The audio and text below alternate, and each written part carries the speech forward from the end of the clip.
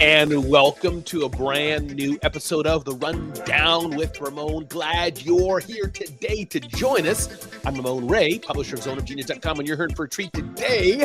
We got a number of eclectic and amazing episodes for you today to talk about and give you some insights to help you start your best life, build your business, or start your business. And you're in for a treat today. I'm in for a treat today because you made the decision to show up and be here today. So I'm excited that you're here.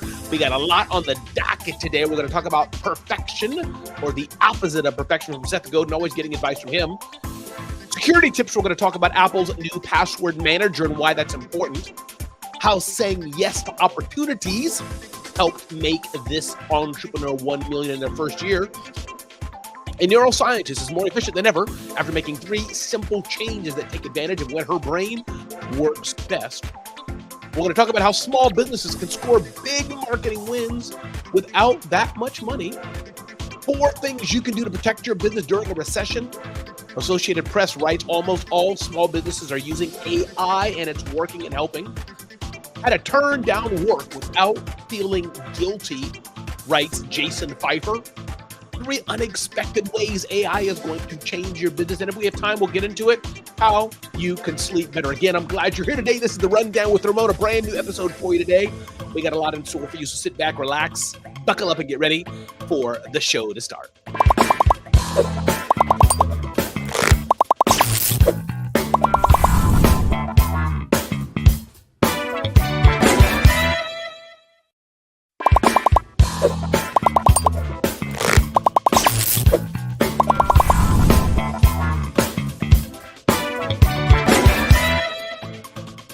And we are back again. Welcome to an episode of the brand new Rundown with Ramon. And I just want to remind you, if you've joined the Rundown with Ramon and you weren't feeling so well today, well, I hope spending some time on the Rundown with Ramon will help you feel just a little bit better.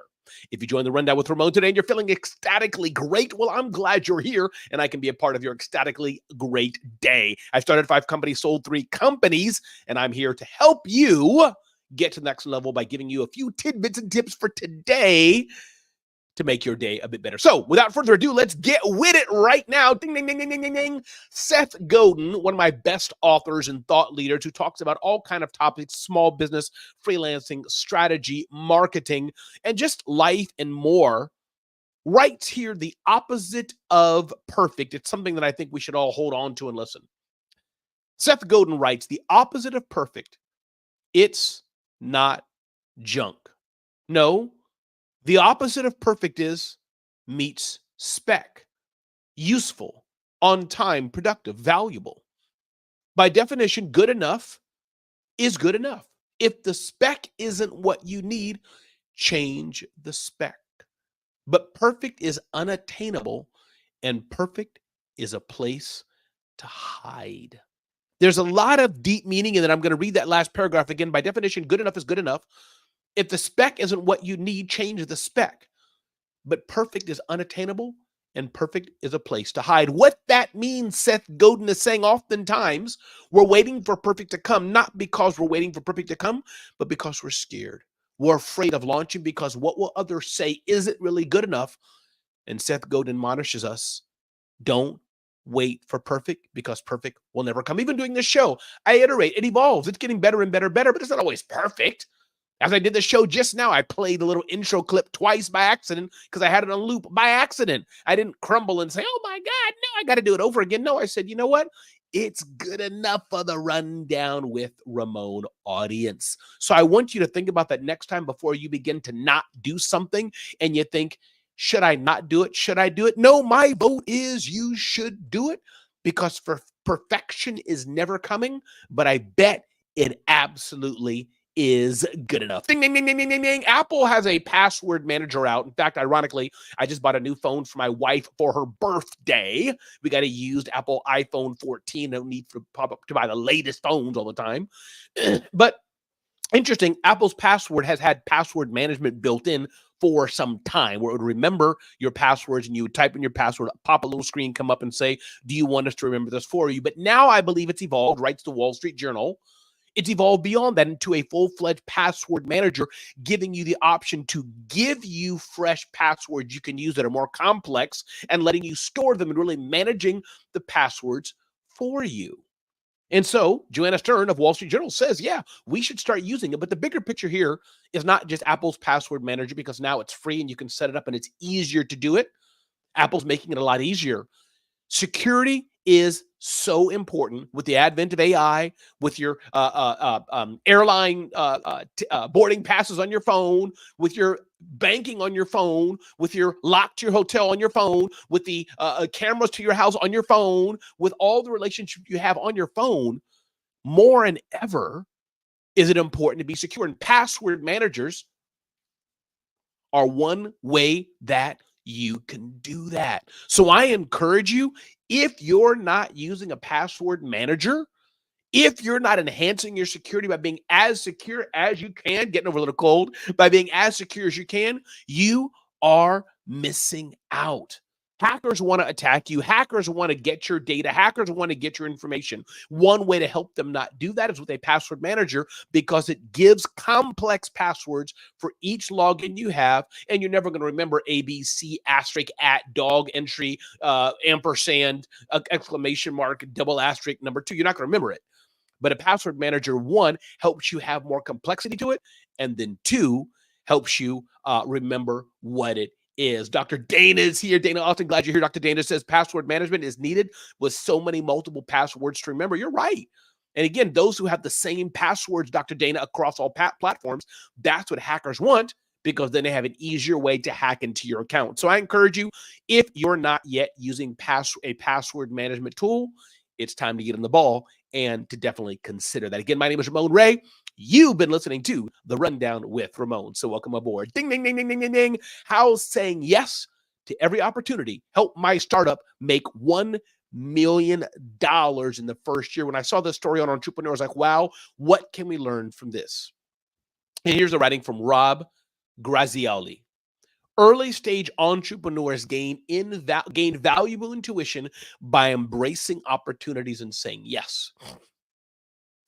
Pivoting and acknowledging failure swiftly can lead to greater innovations and success.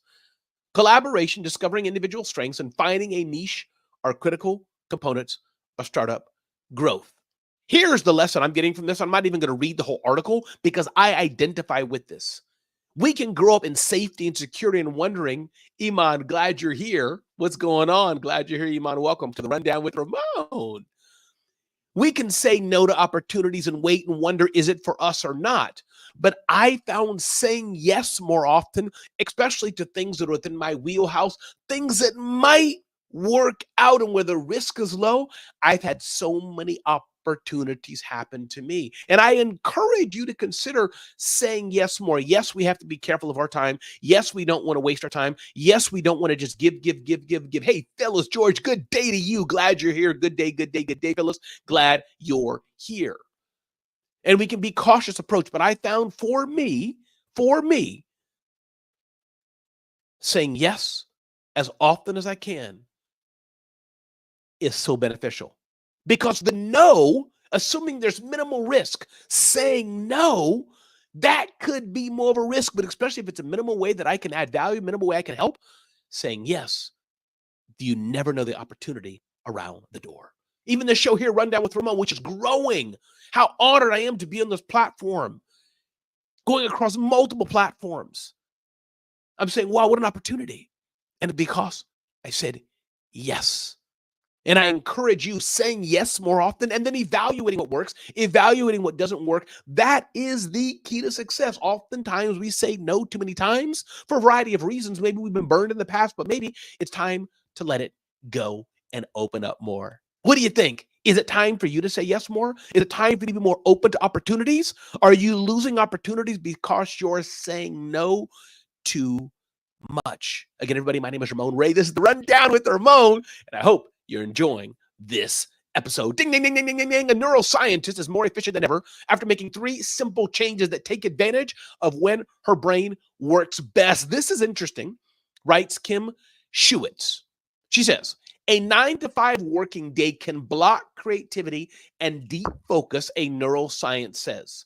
We think that because we're put in a box, that means we're optimally have to work in the box. For me, my best time of working is early in the morning. My alarm is set, generally speaking, for about 4:30 a.m., sometimes 5 a.m., and I work best from about 5 a.m. to 9, 10, 11. Now, I can work after that as well, but around 3, 4, 5, I get tired. Now, maybe that's because I work in the morning and my body's alive in the morning, that fresh morning air. I like to work out in the morning. Rarely do I work out at night.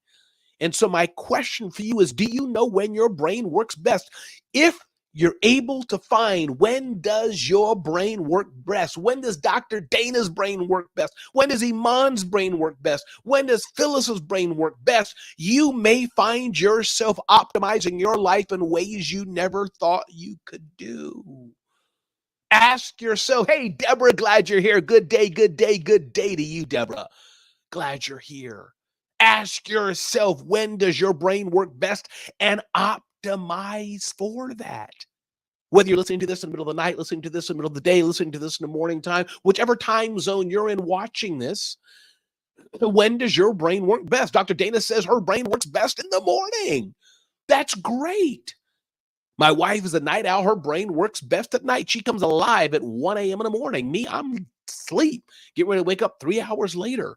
Know for you when the optimal time is that you can work, and know when the optimal time is that you can't work. Phyllis says it's early morning for her.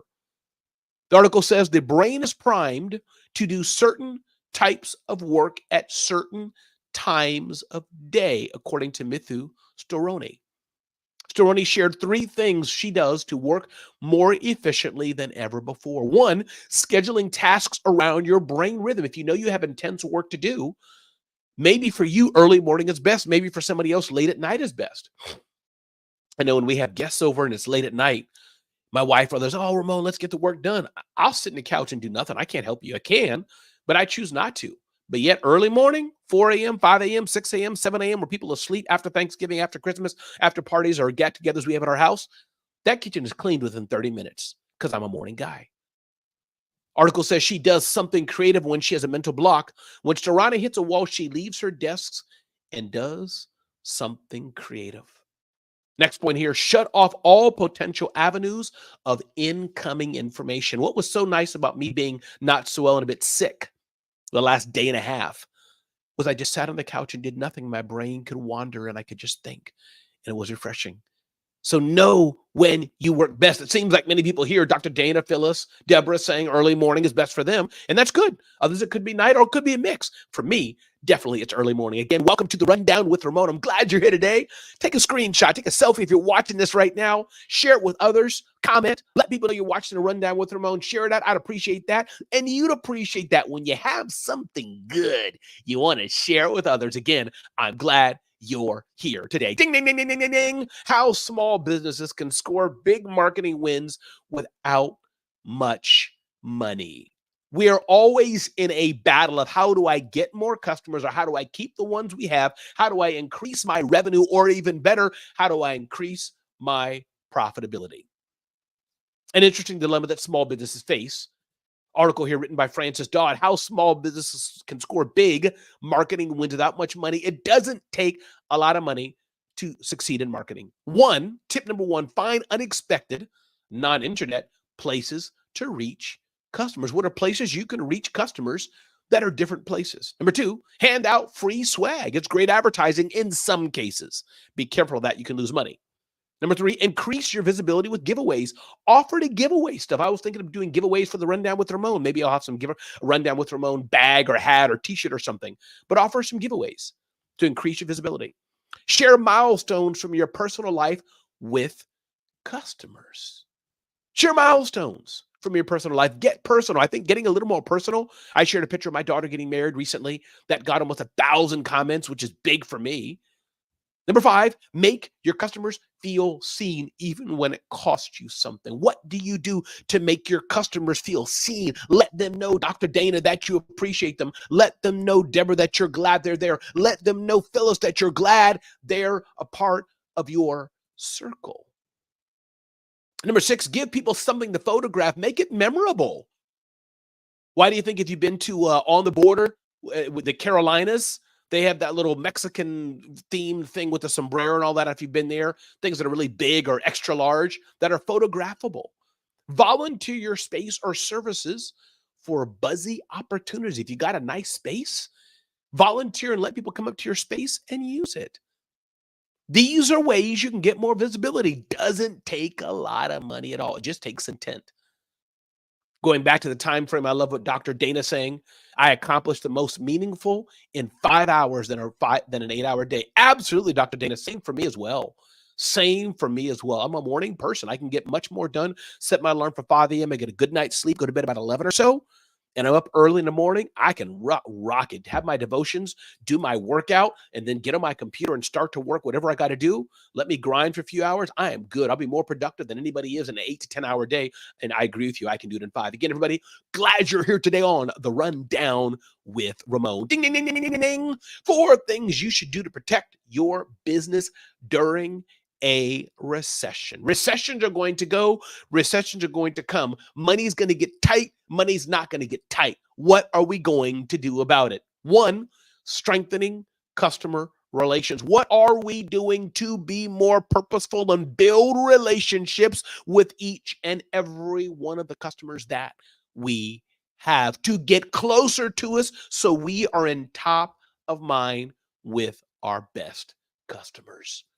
Number 2, optimizing cash flow. How can we optimize cash flow? This is important, Iman. How can we optimize cash flow? Cash is king in all cases. Yes, you can borrow money and leverage other people's money, but how do you optimize cash flow?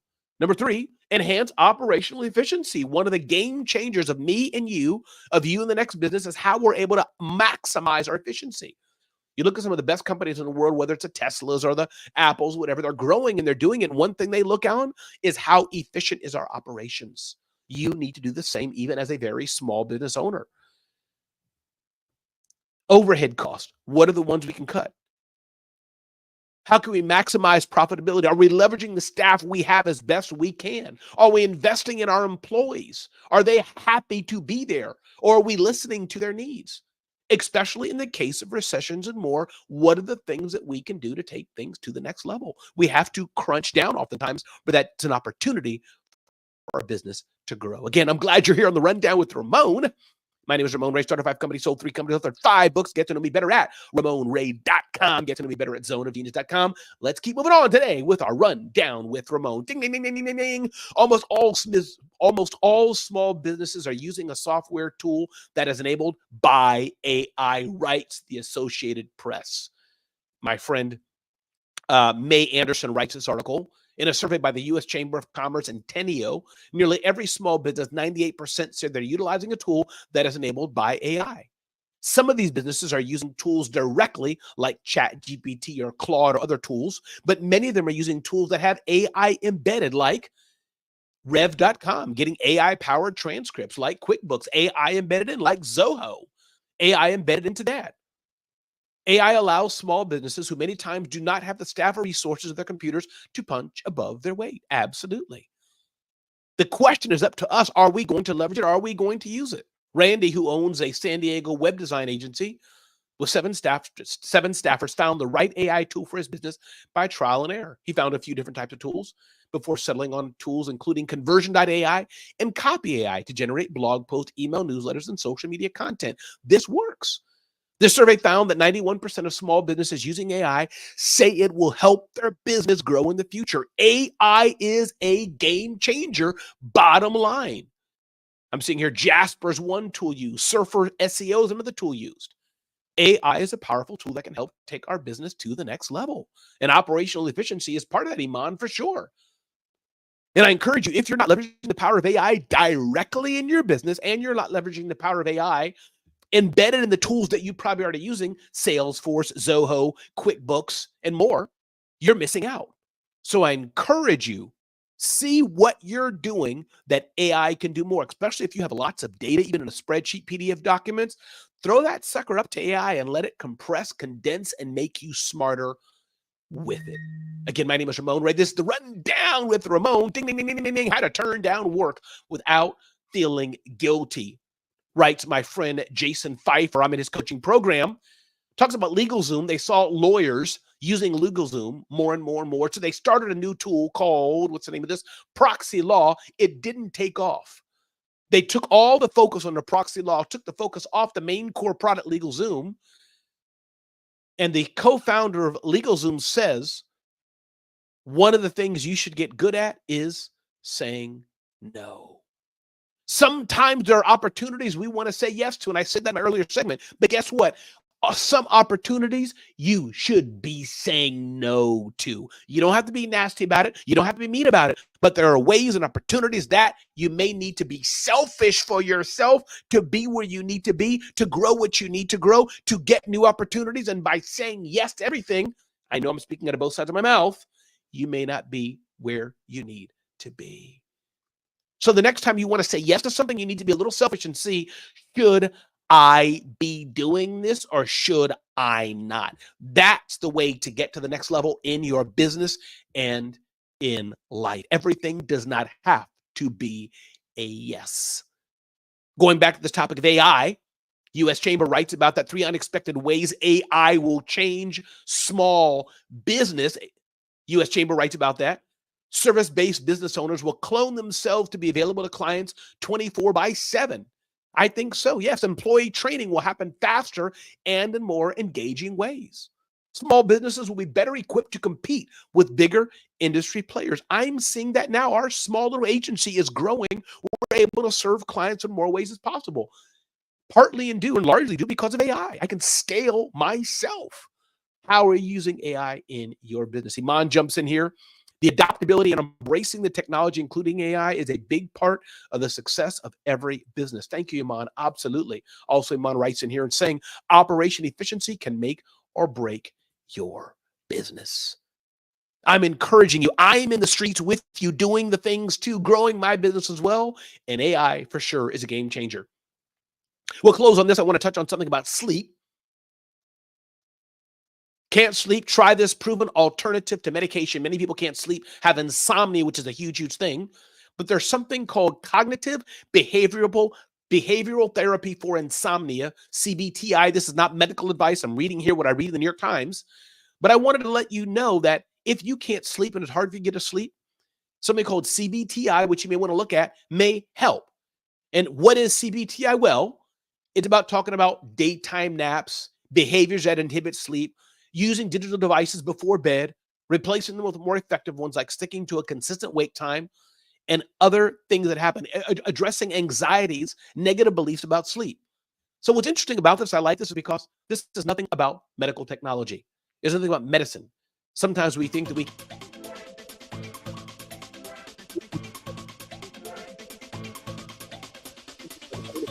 The Rundown with Ramon. Check us out at zoneofgenius.com where we can help you grow your business. I beg you and ask you today, be clear on what you really, really, really want to do in life and in business.